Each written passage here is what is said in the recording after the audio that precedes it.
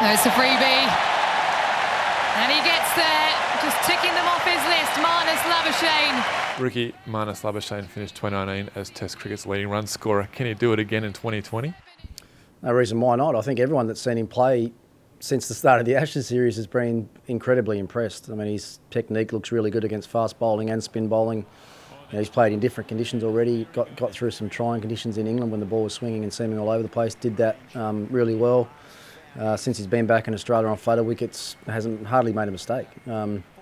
So look, I think everyone loves the look of what he's done so far, and I'm sure he'll have some challenges. Teams will start probably working a lot harder at breaking down his technique and trying to find some chinks in the armour, but what we've seen so far, it looks like a pretty complete all-round game.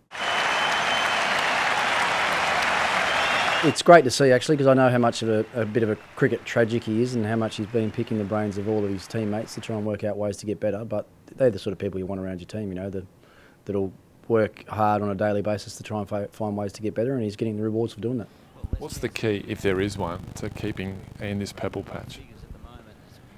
Trying to stay mentally fresh, I think, is the biggest challenge you have. When you're making runs and batting for long periods of time, you know, which seems like day in, day out, it's really hard to put your last innings behind you and then start again and maintain an incredibly high level of concentration. I just said on commentary today, it's no real surprise to me that Davey Warner's 150, 330 and then has got starts in every other game but not gone on. I think that's just a bit of fatigue and wearing him down, but Marnus has been able to find a way to as I said, start again and pay 100% attention to every ball that he's faced. I mean, if you think back through his innings, he's hardly made any mistakes. You know, Davey was out on no balls a few times in his hundreds that he made, but Marnus he hasn't been put down much. You know, he's hasn't played missed too many balls, haven't been too many shouts against him, so it's been a pretty impressive summer. He's fourth on the Test batting rankings right now. Is he in the conversation with Smith, Kohli and Williamson at the moment?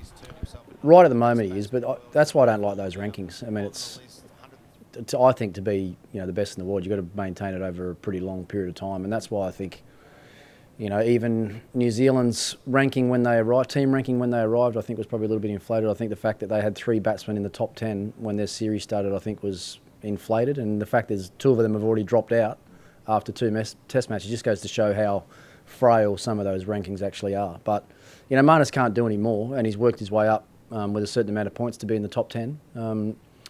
And let's just hope he keeps getting better and keep improving. If he does, then in 12 months or another couple of years' time, then he'll probably deserve to be in the conversation with some of those guys. But the guys you're talking about have done it for 5, 6, 7 years straight. Kohli, Smith and Williamson have all done it over long periods of time. Joe Root's done the same thing. So, but the way he's trending, there's no reason, and what I've seen from his game, there's no reason he can't be in the same conversation.